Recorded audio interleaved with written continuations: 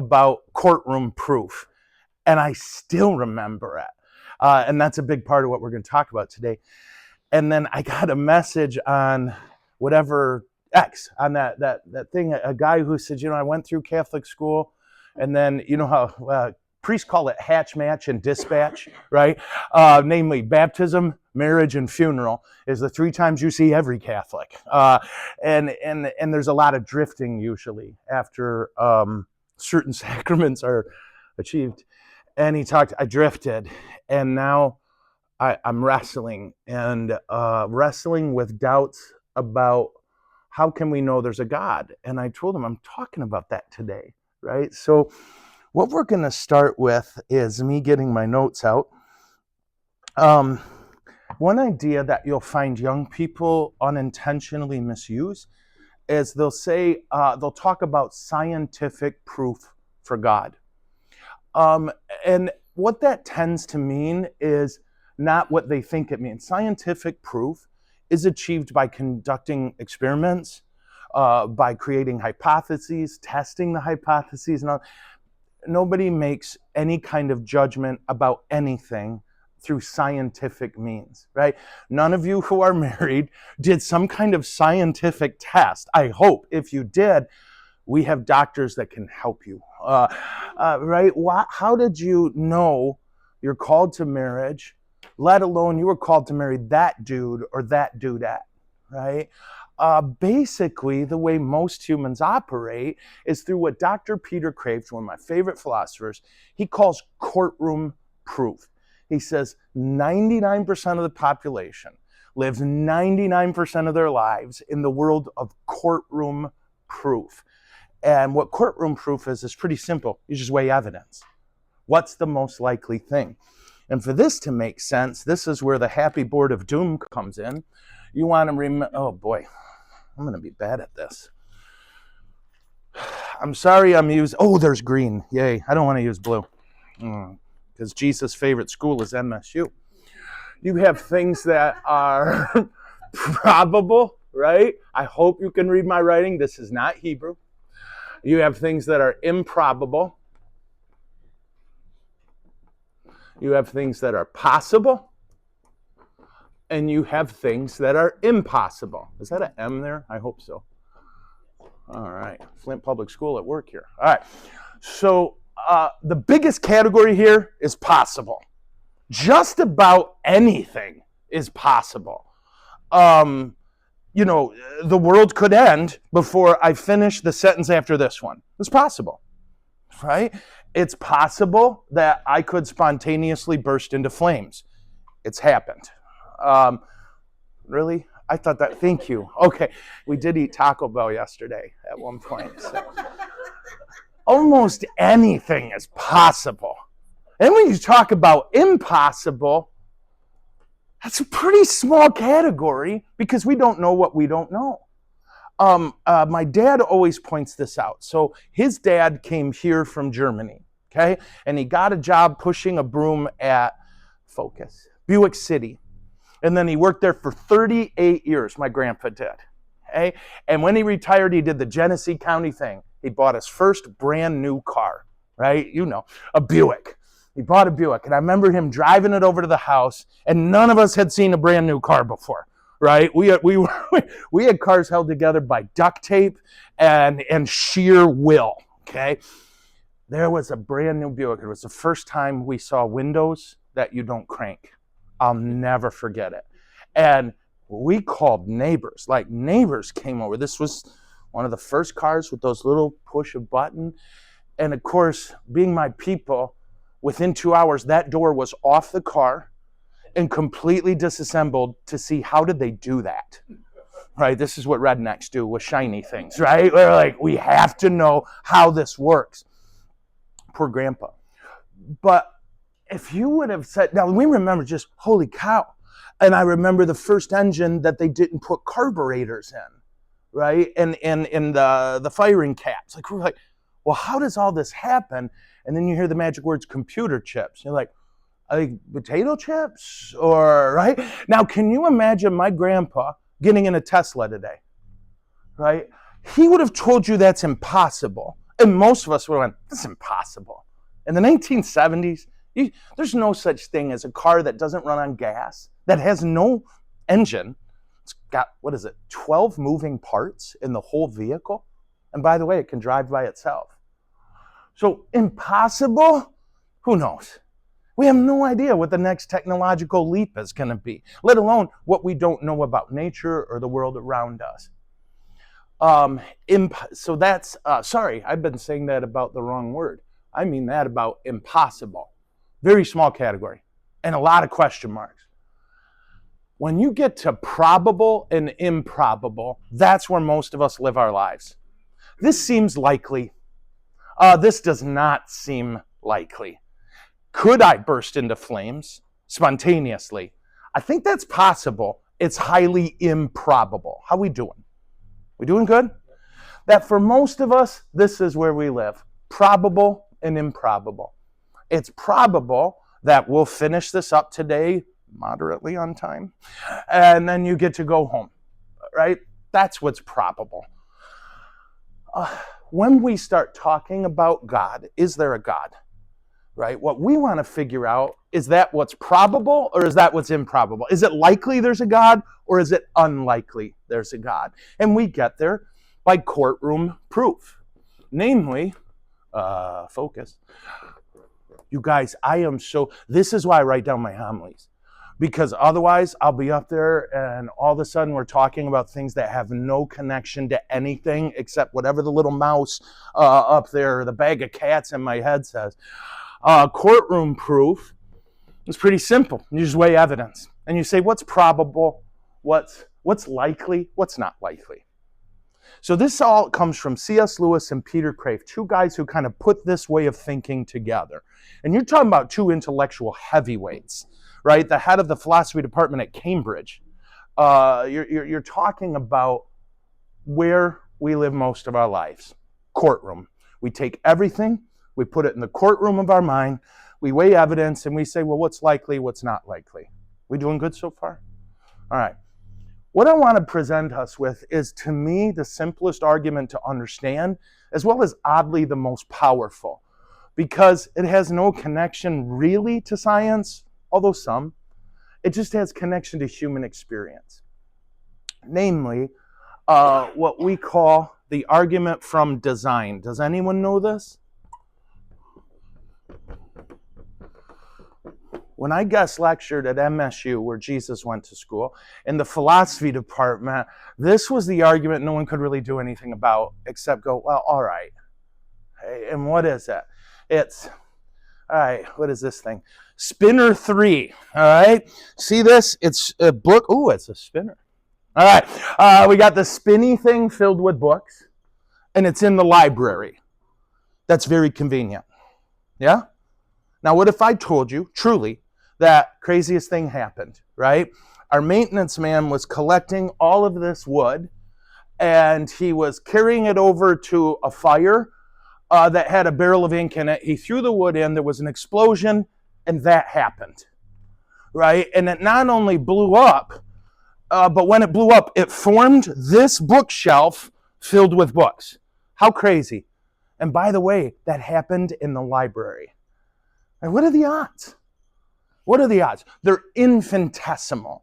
Your assumption when you saw this is that it got built and filled with books and put in the library on purpose. That somebody said, books need a shelf. This book of shelves belongs in a library. Yeah? Whenever you and I see design, we assume a designer. From everything to a chair, all the way up to the highest thing. Whenever we assume design, we never assume randomness. Crave used this image. Imagine you're a pilot flying over the Pacific and you see this isolated island and the word help is spelled with fallen, dying palm trees. Help. And that you land that plane and you get there and there's a dude who's been stranded there for 3 years and you say to him, thank God you put that out. I didn't put that out. I guess the ocean just washed those trees onto the beach, and it happened to spell the one word I needed you to see. You wouldn't believe him.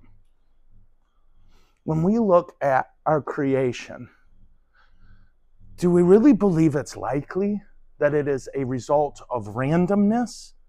Or do we just assume something designed it? Whenever we see design, we go, designer. How are we doing? There is nothing more designed than the universe around us. And it depends how deep you want to go into this. You can get into physics, right? There's an incredible astrophysicist who wrote a lot about this named Campolo. And he talked about, well, Einstein talked about this, right? He called it the tail of the tiger. He said, for people who don't believe in God, you look at the universe and you see the tail of the tiger. Something made this. It's too ordered and structured to be random. Randomness can't produce this level of order. Okay? How are we doing? That's the most probable answer. It's highly improbable that randomness produces order. It's not only improbable, you could argue it might be impossible. Well, why would it be impossible? Well, find another example of it. Right?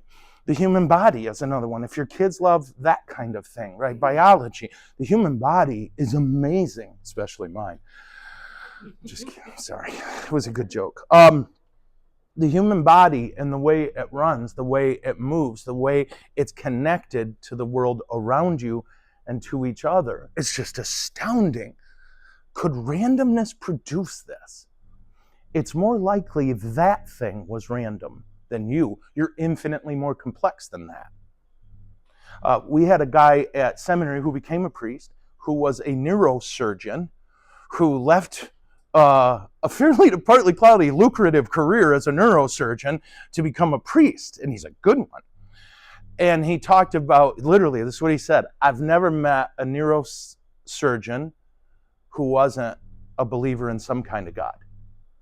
And he said, we mapped out the whole brain, right?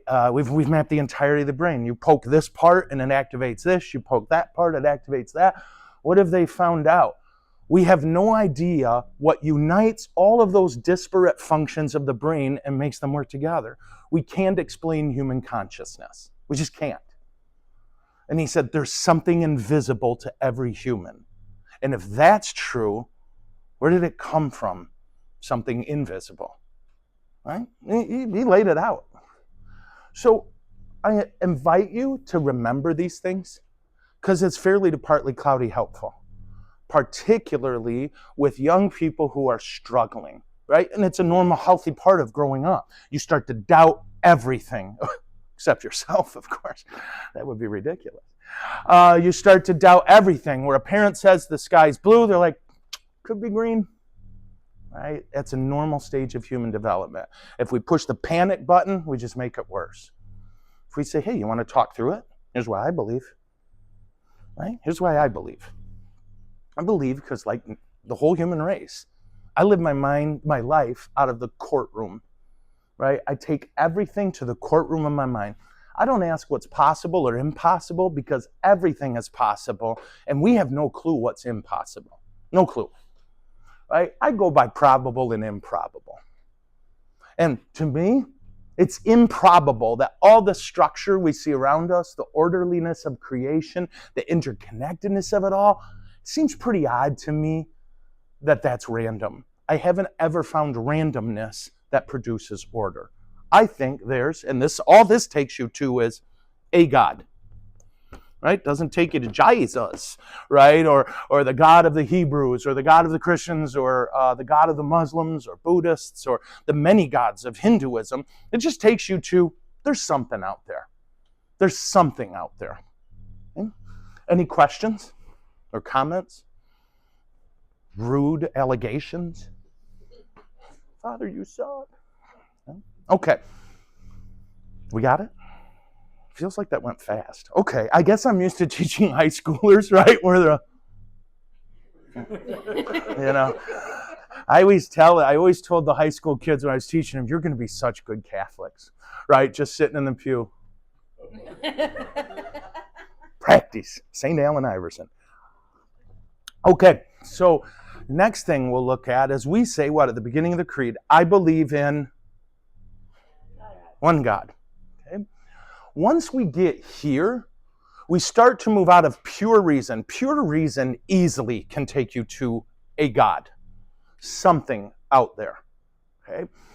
Pure reason becomes a little bit less of a factor as we go. It's never out. Pope focus. John Paul II said, if you want to be a Catholic, you have to be like a bird with two wings, your heart and your soul, or your mind and your soul. That's the only way to fly. Nobody should ever call you to blind faith. God gave you a mind because he wants you to use it, right? But at the same time, what we recognize, intellect can only take me so far. And again, just go back to your marriage, okay? Go back to your marriage. I think of my third one. I do think I'm killing it, I'll be honest. Okay, thank you. No, you go back to your marriage and you think, I assume there was some level of intellectual process of that person is attractive to me, mind, body, soul. I assume. That was the intellect. But then as you began to spend time and you felt that connection, you knew there was something beyond what you could describe scientifically. Yeah?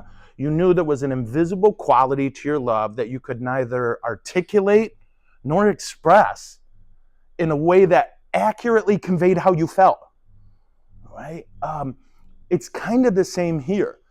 We can get here by pure reason. No problem at all. Don't get into that. Okay, so let's look at then the next step. We say, I believe in one God. So why do we say one? And why are we confident? We can use intellect here and some faith. Okay? And what we're going to do is, I guess this. All right. Okay, so if you look, there's a million creation accounts out there, right? My first degree was Japanese history and literature. I actually know the Japanese creation account, okay? I could tell you the Canaanite creation account. There's a million out there. Every culture that is looked at the world and went, something made this, and then created a story.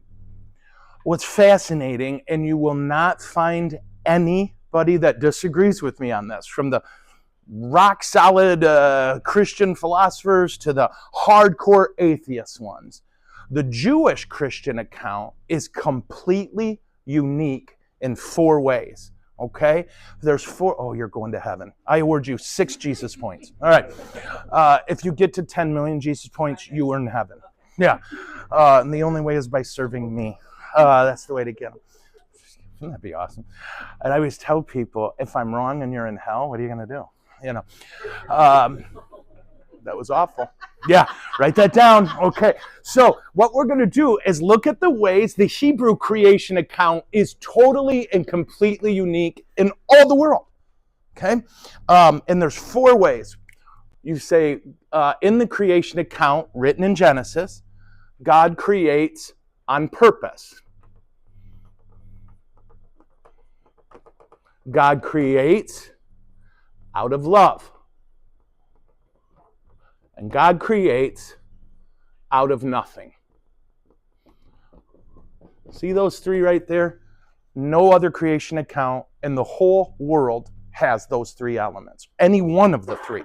So like, remember I told you about Japan. What do they say? The gods were fighting. Okay, that we're already at gods.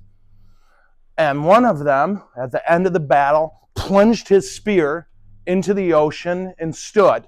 And then when he pulled it out to return to the heavens, the land that came out was Japan. Okay, right? You know, pull a spear out, a little bit of dirt comes out. This giant, amazing God did this. If you look at the Babylonian creation account, a giant snake and a god were fighting. And the god cut the snake into these pieces and threw them out into the void. Those are the planets. Right? That Earth is one of those chunks.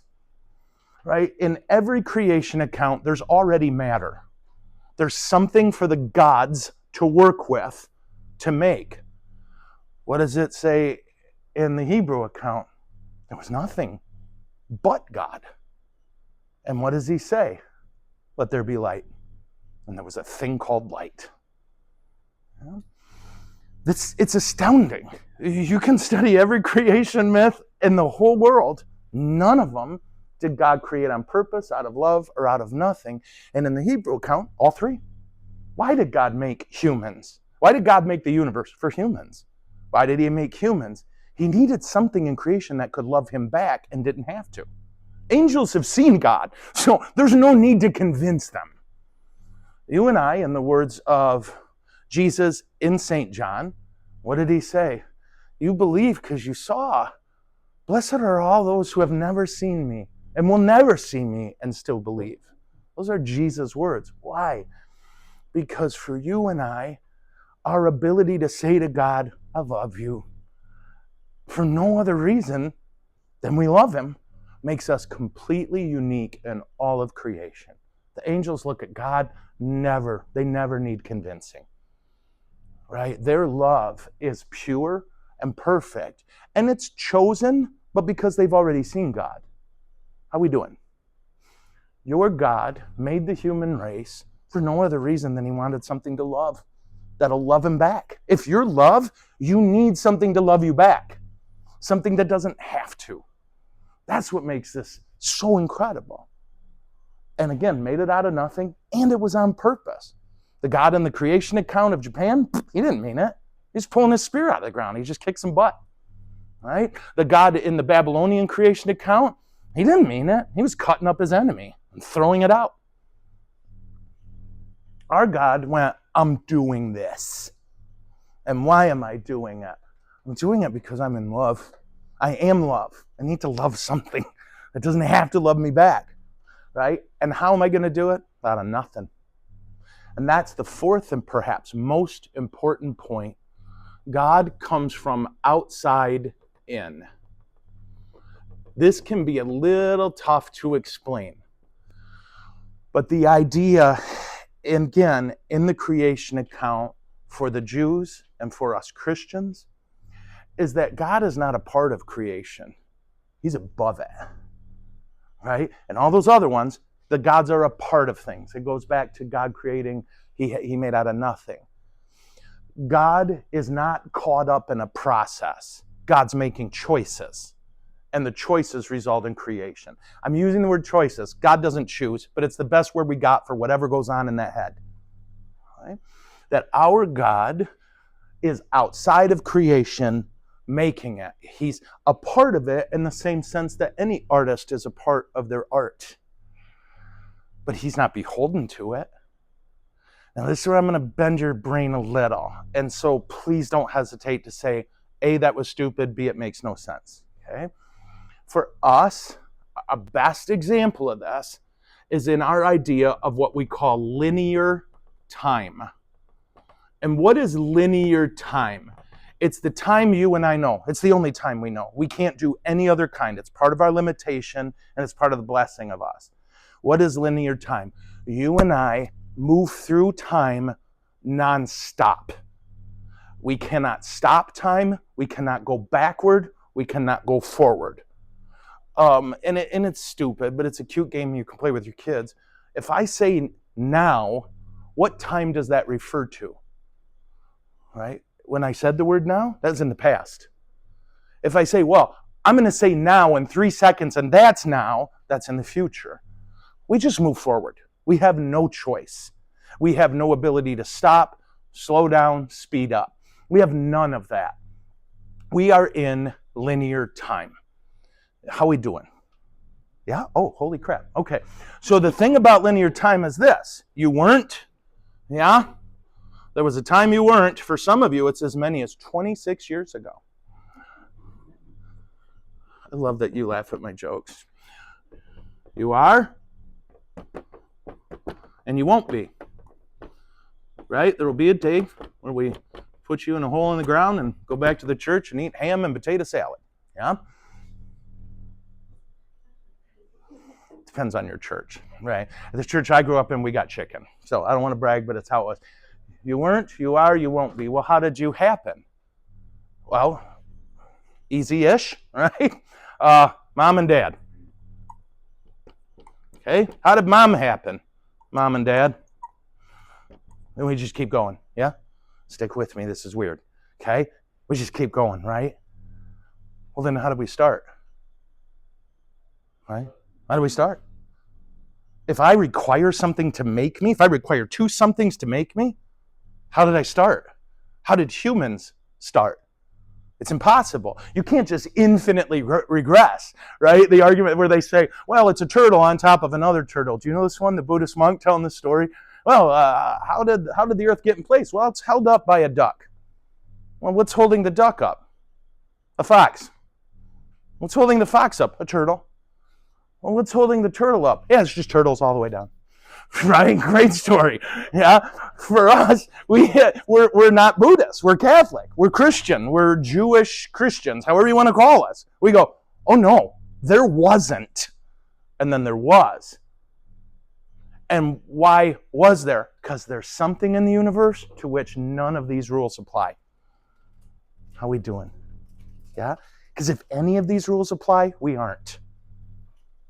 There's got to be something above us that doesn't require a mom and dad. That doesn't, these linear time rules, they just don't apply. So when someone says, well, what was before God? Nothing. Before is a linear time question. God's non-linear.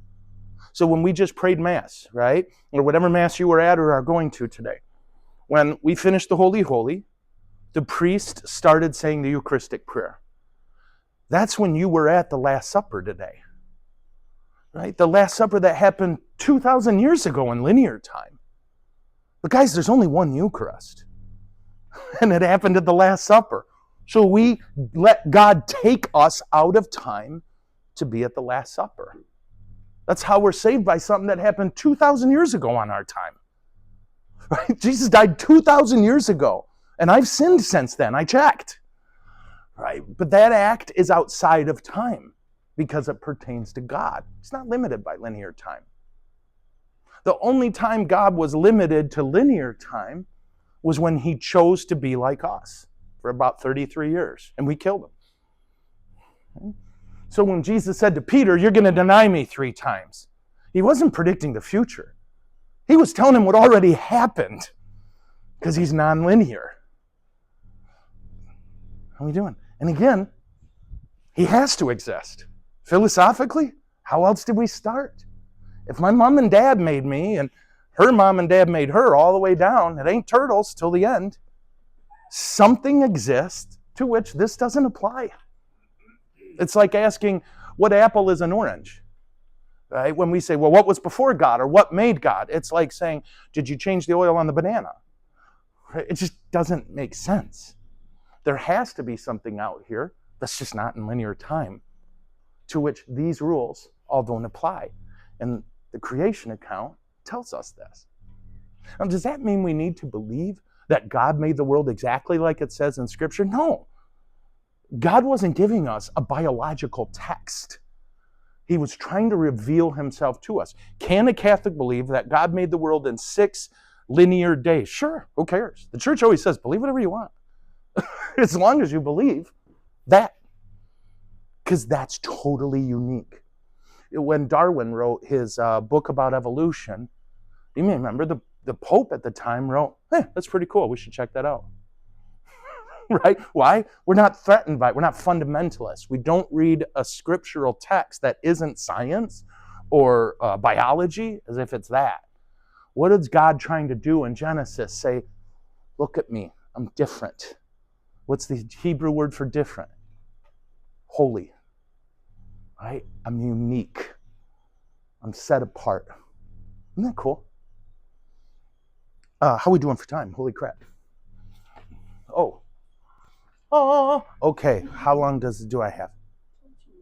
20 minutes. Oh, we're doing great. Any questions? I know this is a lot. This is like 2 weeks with high school kids.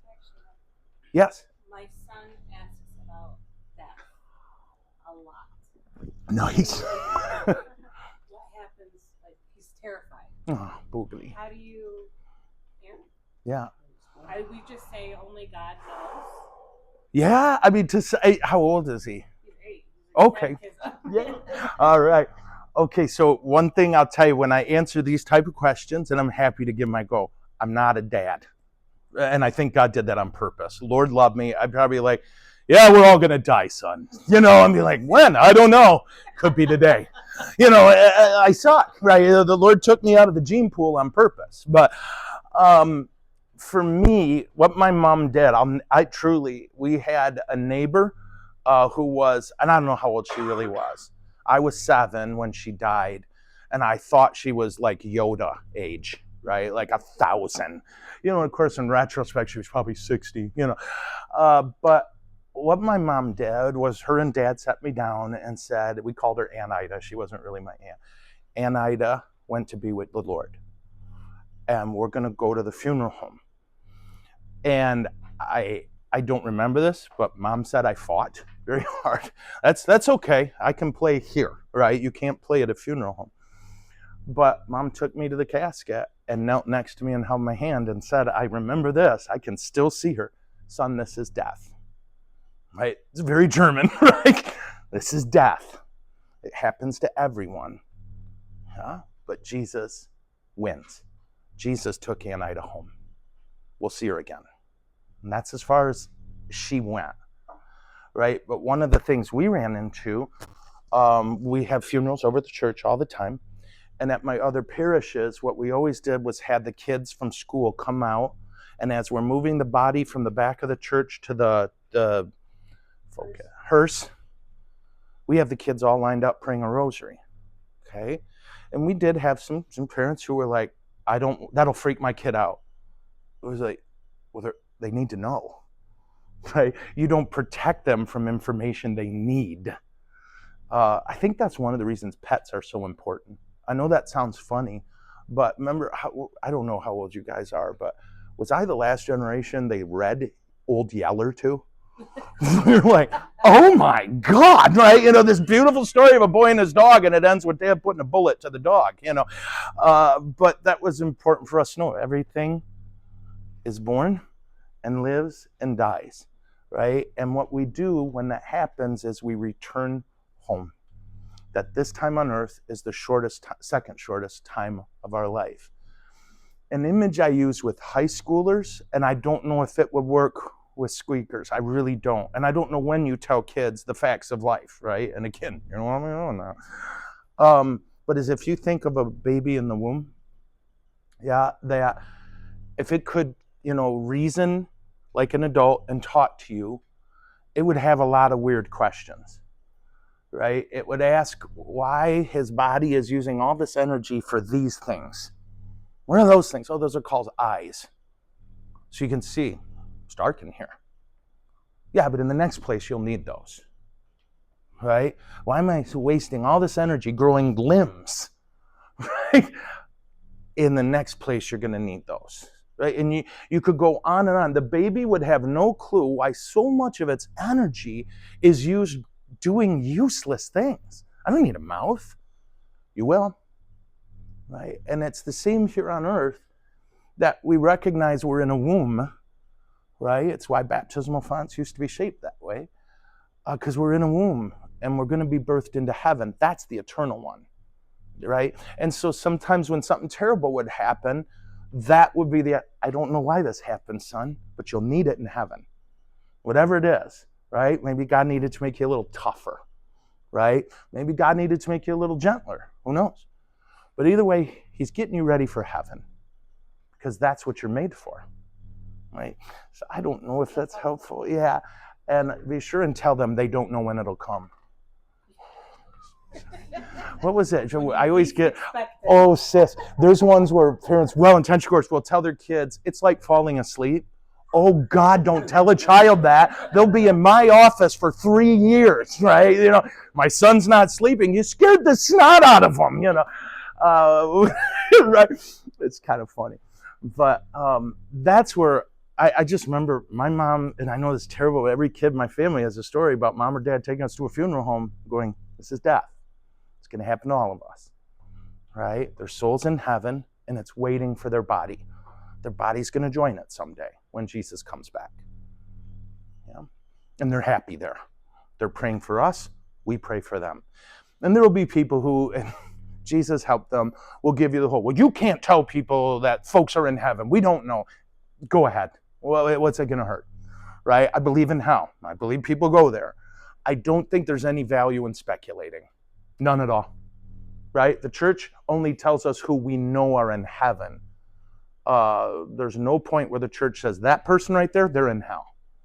There's a ton of people, we call them saints. We go, that cat's in heaven. Yeah? Is that? Okay. But that womb image helped me a lot, right? Little squeaker in the womb. Why the heck is all this happening? It'll matter next place. It'll matter in the next place. Yeah. And that can help them with pain too, right? We don't want to rescue them from pain, right? I hope you get that. Don't rescue them from pain. Teach them to endure. Teach them to be strong. Teach them life's hard. You're going to take some shots, but you're going to be tougher than those shots because the Spirit of God's in you. Yeah? What do they used to say, helicopter parents. You know this one? You know what they say now? Zamboni parents who run ahead and smooth the ice so their kid doesn't have any bumps.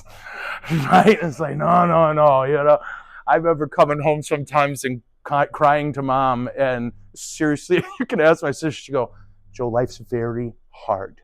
You have to be tough. That was her comfort. Life's very hard. You have to be tough. Ugh. Hated it. So grateful. So grateful. Yeah. Okay, any others on this? So just, if you can, try to keep in your brains courtroom proof. No matter what they say, they'll say science and say, well, what experiments are you going to conduct?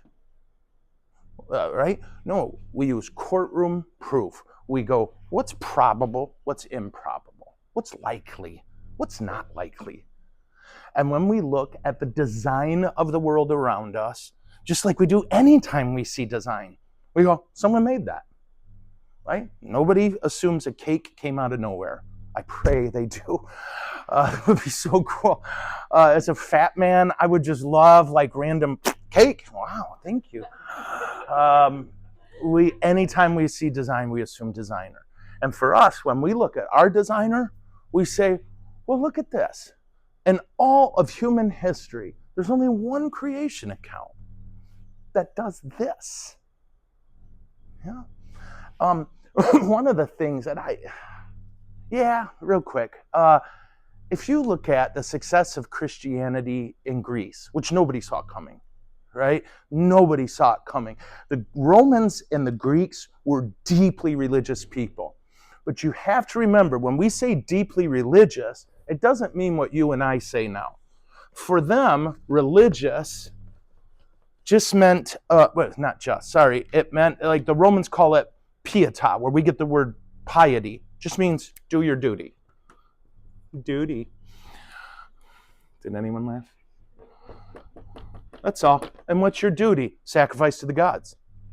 What do pagan gods ask of you beyond sacrifice? Nothing. There is no moral code in paganism. Zero. So if you were at the 10 o'clock, I talked about Nero, right? They would soak ropes in a kind of, I don't know what it's called. It's like oil, right? They didn't really know what to do with that stuff, and this will kill you. Do you know what bubbled out of the ground? There was so much oil, and they didn't know what to do with it. And so they would throw it away. They're all going to hell. But they knew it was flammable, so they'd soak ropes in it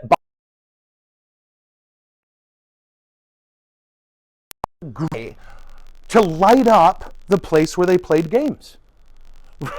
And Tacitus, a Roman historian who was a Christian, talked about the screams of all of these burning people while the Romans were cheering on the blood sport beneath them, and they brought their kids. Right? That was family entertainment. And you think, what is wrong with them? Well, easy. Their gods didn't require any morality. You could kill everybody and still be called religious because you did your duty. You sacrificed to the gods. There was never any connection between morality and God until Judaism. Okay? Why am I telling you all this? Because you get the Greeks, one of the first civilizations in the West, where people quite literally all of a sudden had time to sit and think. And it's crazy to think of. But for all of human history at this point, you woke up, you went and earned what you could to get food that day, and then you ate it for your one meal at night, and then you went to bed, and then you woke up, and you went out and you worked for what, right? Wash, rinse, repeat, right? Kids died of starvation regularly and of disease. Why? Because the kid's the last one you feed. They can't make money for you. It is crazy to think of. They love their kids, but what do? Dad can't go hungry. He's the only one who can make money. You get to Greece, and all of a sudden, these cats started making a thing we call the economy. And all of a sudden, there's work hours. There's an end to your day. And they started sitting and thinking. And they became the jewel of the Western world. They started creating a thing called art. They started creating stuff called music, right? Why? Because they could. They had time.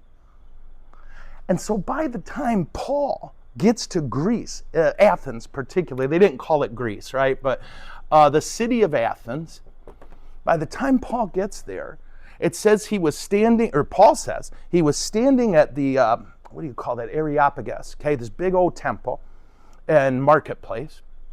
And if you had a point to make, you went and stood on this big old rock and you just shouted.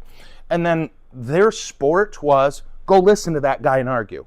That's how people did sport, right? You had debates, public debates, and everybody cheered and booed, and you know, it's pretty cool. So Paul gets his shot, and he gets up and he stands there and he points to this, and you can go there and see it today. It's still there, right?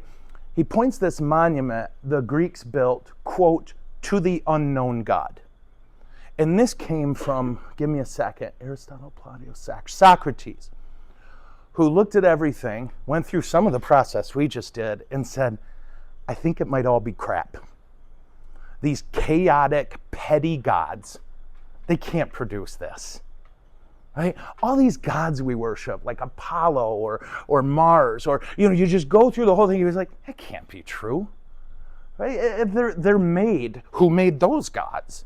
And if they're this capricious and weird and venial, how do we exist? Why would they make us? How did they make us? And they killed Socrates for that. Right? They killed him for it. But after he died, his student built this thing. Whoever this God is, we haven't met yet. Right? Because this was what, 280 years before Jesus. Paul stands there and went, I know him. Right? Met him. Great guy. I met him on the road to Damascus trying to kill his followers. And he got a hold of me, and now I'm here to tell you that's him. His name is Jesus Christ. And it says the reaction of the philosophers was to laugh. And then in about 3 years, it took root in Greece in a way nothing else, it did nowhere else. Because to them, well, it's common sense. That's the God, right? This all lines up philosophically for them. How are we doing? Okay? It's one of the reasons it just took off, because you had a whole country of thinkers who went, I think Socrates might have been right. I think he might have been right. All this stuff we've been told, it's all crap. There has to be a God that's above it all. And for them, the shocking thing was this God that's above it all, Paul was like, yeah, he intervened. Why would he intervene?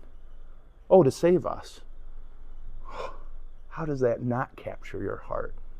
It captured Greece's heart, right? Like crazy. Just blew up. Cool stuff. Anyway, all right. So I think I've kept you long enough. I will try to not keep you too long. I really will. I want to be sensitive. I know it's Sunday and you probably want to go home and be with your families. But we're recording this because, we call this the money maker. Okay, I call it the money maker. But all kidding aside, we'll have it on YouTube if you want to watch it again. Okay? If you go to my YouTube channel, focus. Joe in Black Ministries. Joe in Black Ministries. If you go there, I got 1 billion videos up, and these. We'll make a playlist. Can you say it again, sis? We'll make a playlist of parent Oh, sessions. groovy. So we'll make a playlist of parent sessions, and if you like it, I've got all kinds of stuff on there. I did if you like history, I did a 10-part series on the Pacific War, right, in World War II. I did a 3-part on the history of Ukraine. I did, all kinds of stuff. I love history. I just did one on this is weird, the Mongolian invasions into the Muslim world. Ask me why. Why? I'm a loser. And then, of course, a ton of theology stuff, right? A ton of why do Catholics believe this? How do we pray? All that kind of stuff. So If that interests you, check it out.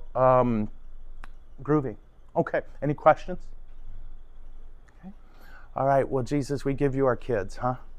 You fill them with your love, protect them, and help us as best we can, as broken people, to show your love and the beauty of our faith. We love you, Jesus. We trust you. Amen. In the name of the Father, and the Son, and the Holy Spirit. Yeehaw. That's a quote from St. Eusebius. All right.